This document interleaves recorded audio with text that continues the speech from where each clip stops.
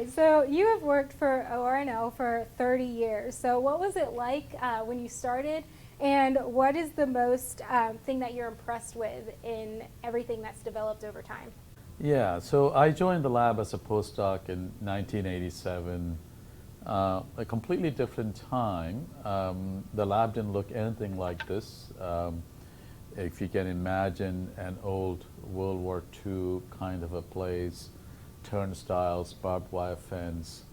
And so the transformation that has occurred in the last 20 plus years with this laboratory has been impressive. Transformation in terms of recreating this amazing scientific institution for the future as a modern facility. But I'm always impressed with the people. We also have really talented staff who come to work here every day to perform their life's work. And America celebrates the work of inventors and discoverers, but that's a bit different than what lab administrators do. So helping facilitate the work. Talk about what it's like to guide the science and to avoid pitfalls. Yeah, so first of all, the lab is all about not just scientists and engineers. One of the things that is really important about the National Lab is that it's all about team science. It requires, of course, inventors, scientists, engineers, but it also requires administrative professionals, bargaining unit staff, craft workers, skilled workers. So it's a team that makes a difference. Now, as an administrator, what we try to do is to help our staff achieve their ambitions. We come to work every day to make a difference, to change the world. So as administrators, we help lead big programs and develop that future for this laboratory. Publicly supported research comes with its challenges, as you know. We've got to keep the funding coming, obviously, and that's easier when you have something to show to lawmakers and political opponents. But when it comes to things you can't see, how do you sell that?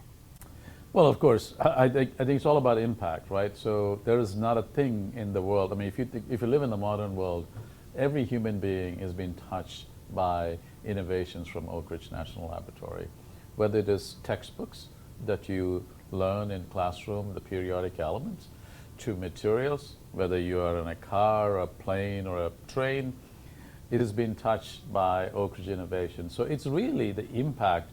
So we are an officer science laboratory. So officer science sends us over $1 billion. We translate that basic science or foundational science into solutions that society needs. And so that's how we make the unseen seen through our impact in day-to-day lives. Can you give me a specific example with that you've worked on? Well, so obviously we, most recently during the pandemic, we used our supercomputers as well as our spallation neutron source to study the virus, to help develop therapeutics for the future. But we also worked with in fact, our partners at University of Tennessee to develop materials for N95 materials for masks when we needed them the most. And so we 3D printing electric cars. Those technologies have been transferred to industry so that they use it for day-to-day applications. And you just mentioned a part of my next question with the N95 mask. And a challenge with selling science to the public or to leadership, science is often playing the long game and we want immediate results. So when it comes to something that there is no immediate guarantee, how do you sell that? Well, so I think U.S. has a long track record of science and innovation allowing us to lead the world, whether it's our materials work or our work in computing. So but today, one of our biggest challenge, if you think about it, is that let me connect you to real world events. The isotopes that we produce here at this laboratory using our high flux isotope reactor and hot cells, labs here, produce life-saving isotopes of cancer therapy, right? I mean, millions of people have been helped because of that. Deep space exploration, Mars rover is powered by plutonium-238, which is an isotope produced here. When you go through the TSA checkpost, when they swab your hands to see whether there's chemical explosive. That's materials produced here. And so because since the war in Ukraine and some of the global political challenges, Oak Ridge has been called to do more and more in whether it's energy security, decarbonizing the world, or national security, or as I mentioned, isotopes. So, I mean, certainly I can tell you that my family is most impressed by the fact that this laboratory helps with the Mars mission so that we can see what's going on out there, or help with microelectronics so that we can continue to lead the world in information technology. So you've got the world's fastest supercomputer here at Ornl. You're not playing video games on it, or are you? Well, I cannot tell anybody if we are playing video games or not, but no, no. Actually, our staff comes to work and really try to solve important problems like cure for cancer or COVID-related activities, developing new materials, studying climate and its impacts on humanity. So essentially solutions for the now and into the future. Why bring that computer here?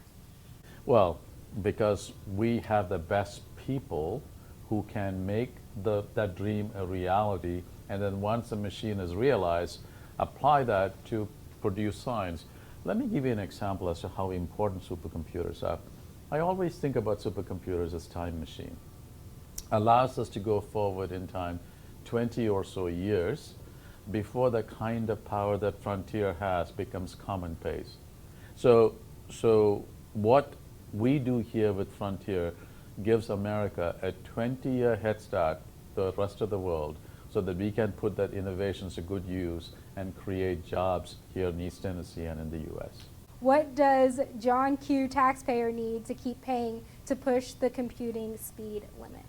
Well, so the reason why I continue to push the computing speed limit, first of all, is the technology innovation. So let me just say that our partnership with industry in deploying Summit or Frontier directly helps American consumer, because the technology that we develop in partnership with industry that goes into Frontier is immediately going to begin to show up in your laptops and your desktops, but also in smart cars, right? I mean, so Tesla uses these GPUs and CPUs in their cars to do autopilot kind of effort. So you have that immediate access to this technology, but then in aggregate, the capability of Frontier will be with you in your mobile phones about 20 years from now. So there's a long game as well as the short game, and essentially that keeps America at the forefront. Ornl's research is global and people from all over the world come here to do science, but this place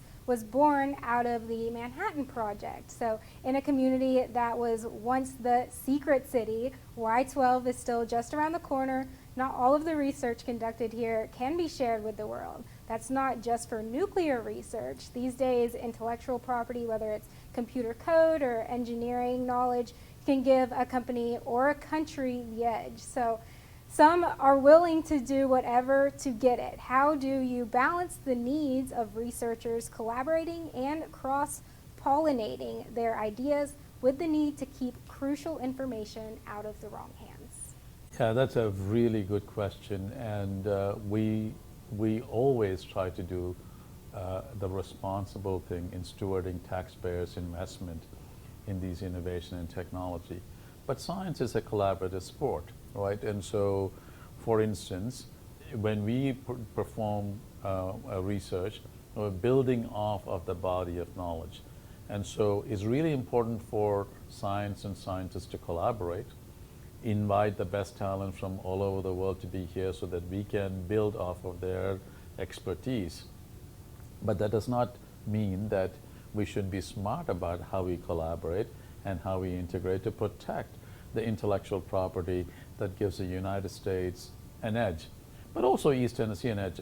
My vision, my dream for East Tennessee is that building off of the investments that the government is making at Oak Ridge National Laboratory at Y12, but also with our partners at the University of Tennessee and TVA, we can over the next decade make this the go-to place for innovators and entrepreneurs to come here and create new jobs so that East Tennessee can continue to become the kind of place that my family have enjoyed. We have lived here 35 years, really benefited from the generosity of this community, raised two children who are very productive citizens in the community. And so I would like to continue to give back to this community that has given so much to us. I was going to say, from a personal level, what do you hope that you take away from this experience, your 35 years here, and what do you hope that you leave with your coworkers? Well, I think first of all, I take away that leave with gratitude for the 35 years. I've always said this Oak Ridge National Laboratory has a soul, and what I mean by that is that each of us, when you build a 35-year career, we lead very, very real lives, and from time to time, you need the help from others. And this is an institution where our staff willingly support our coworkers. But what I really want to leave behind, if I have a message for my colleagues at this laboratory, is that we have an amazing, amazing heritage from, 80-year heritage from the Manhattan Project of not only scientific innovation, but also empowerment. People don't talk about the Manhattan Project as an empowerment of women, but when we had 80,000 people working here, we relied on women, of diverse background, and we need to build off of that heritage. And so I hope that the laboratory not only continue on its path of innovation, changing the world because of the innovation here, but also will become an exemplar, a leader in attracting diverse talent, diverse leaders, because an inclusive laboratory is going to continue to move forward and continue to change the world in meaningful ways. If you just step back and think about it, the lab has grown substantially. We have added about 1,500 staff in the last 4 or 5 years. These are well-paid jobs, really talented people that not only enriches the laboratory but also enriches the community, supports the school, supports the community. We are a giving organization. We are a giving community.